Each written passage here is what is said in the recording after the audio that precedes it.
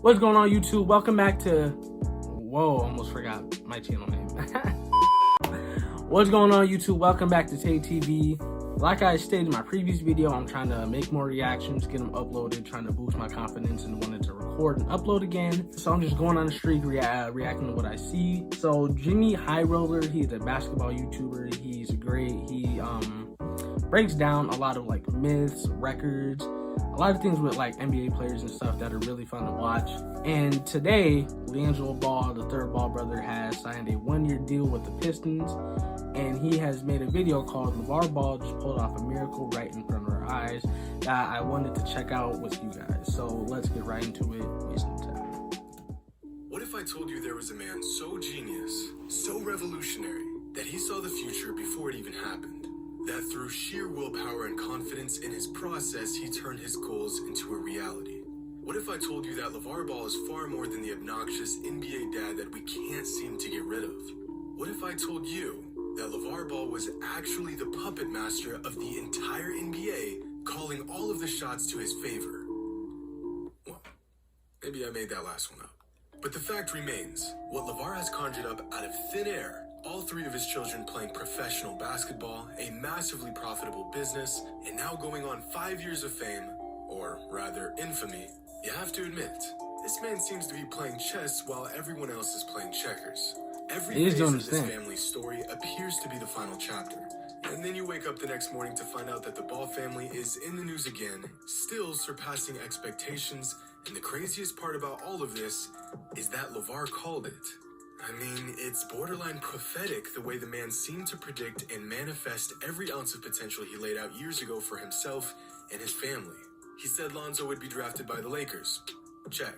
He said that LaMelo playing overseas as opposed to college ball would actually help his draft stock. And he was right.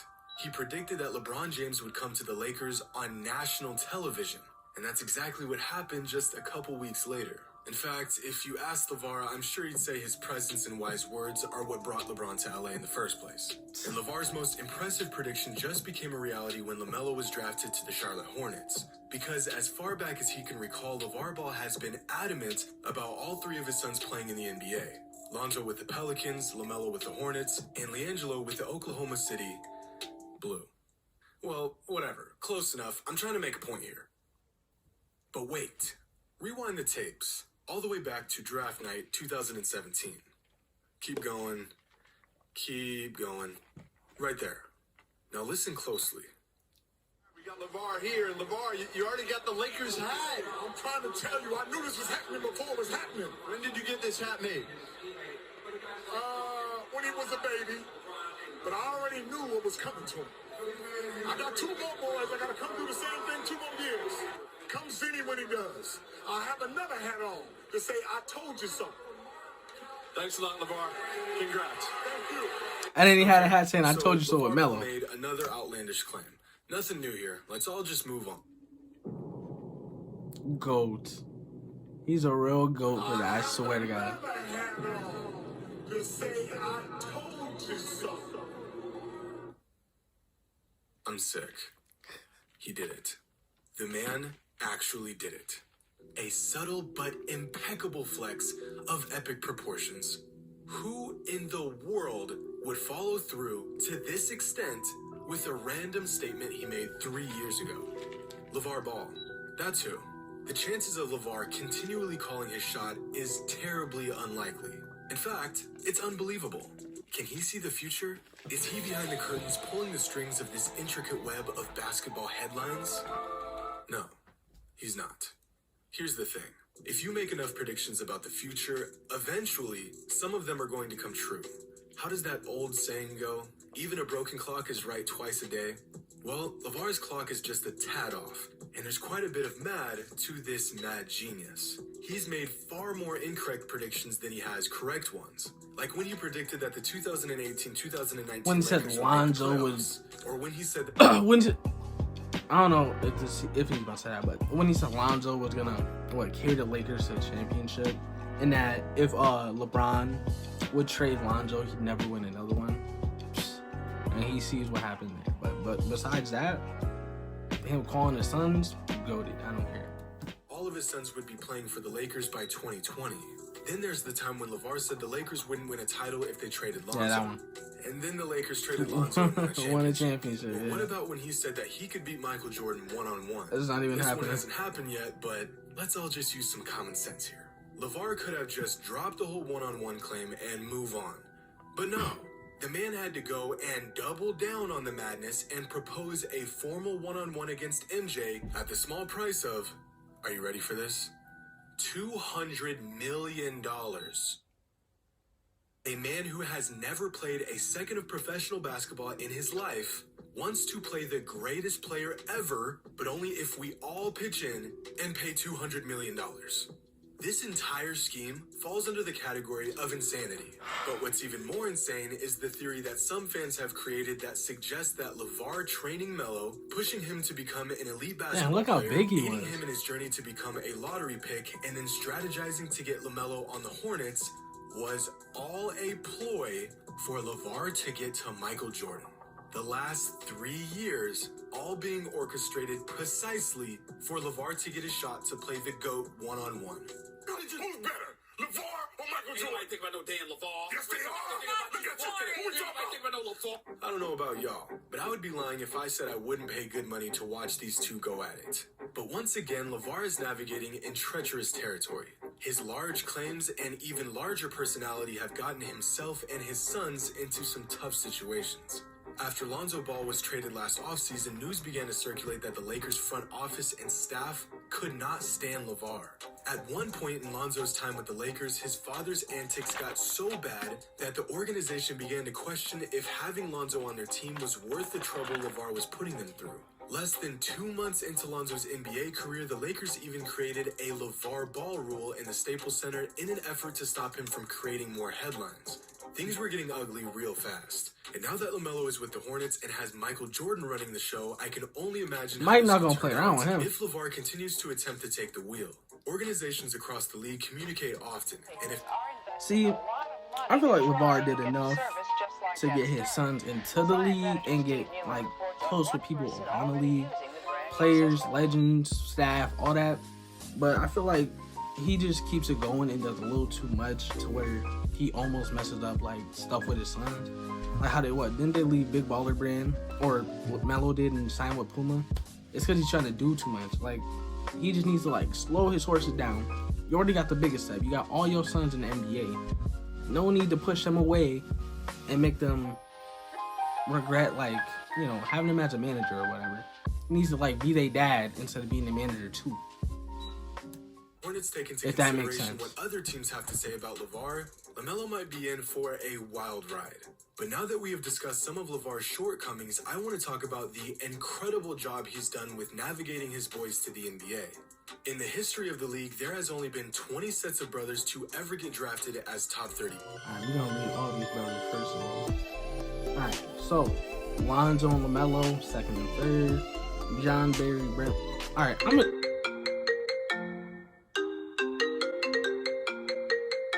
Hold on. Okay.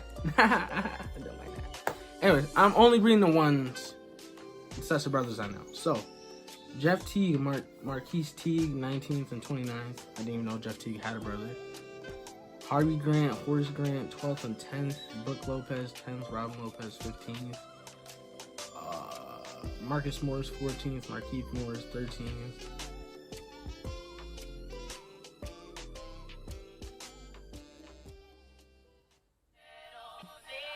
Okay, yeah, I don't even know the rest of it. Oh, yeah, Miles Plumlee, 26th. Mason Plumlee, 22nd. Drew Holiday, 17th. Aaron Holiday, 23rd. Dang, that means Justin Holiday was like, what, second round or something? Hey, that's another set of 3 brothers, though. But hey, all of them, congrats, that's fire. Lonzo and LaMelo Ball both being drafted higher than any other player on this list. 2 brothers being selected as top 3 picks in the NBA draft is such a rare feat that leading up to the 2020 draft, it had never happened before. The next step for both Lonzo and LaMelo is to assert themselves as elite players in the league, because being a top 3 pick comes with extremely high expectations. Working your way up the draft board is one thing, But reaching expectations of becoming a star player that comes with every top 3 pick is an entirely different milestone. And both of these brothers will have to prove their game is just as real as the hype was. And then there's LiAngelo, who gets an unwarranted amount of hate thrown at him because he isn't in the NBA. Or at least not yet, which is just ridiculous. Never hate on him. Is a professional He just ruined it for player. himself. He's been signed to the G League, It'd have been one of the much most better seeing him get exclusive drafted. basketball leagues in the entire world. In fact, there are about 400 players in the entire G League. Combine that with 400 NBA players, and there are only 800 players in the entire world associated with the NBA. And Jello is one of them. That's no small feat. Do you know how many up-and-coming players were supposed to be the next big thing? The next LeBron? The next KD?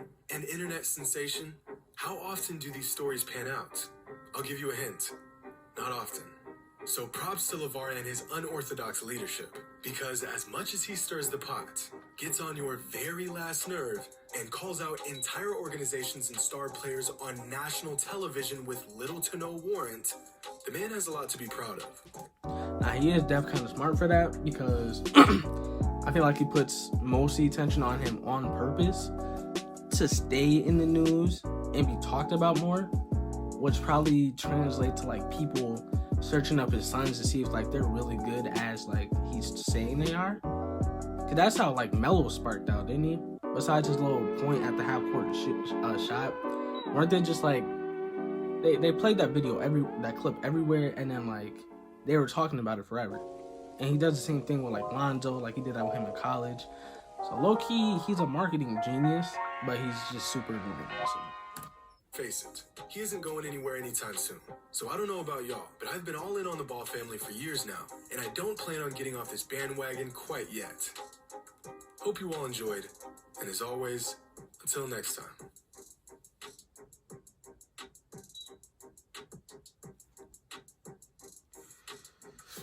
Alright, that was my reaction to Jimmy High Roller's video. LeVar Ball just pulled off a miracle right in front of our eyes. Now, what he's saying was straight facts. LeVar is a marketing genius. All his sons in the NBA now. Lonzo second, LaMelo third. Jello just signing a 1-year deal to the Pistons. That's amazing, bro. Now let's just hope he doesn't like ruin a legacy. He's trying to do too much. I want to see Melo be successful, bro. I want to see hit all that work he did overseas and in high school transfer over to the NBA and him being one of the best. I want to see Lonzo keep increasing his skill. You know, he's a really great playmaker. I just want to see him get better. And I want to see what Jello can do with the Pistons, honestly. That's going to be fun to watch. So this will definitely be a fun season to watch for the Ball brothers. But personally to me, I feel like the 2021 draft will be stocked. Just wait, especially Minnesota players. If y'all don't know about Minnesota, y'all sleeping. Thank you for tuning in to my reaction. Let me know what y'all thought about his video. Was he speaking facts?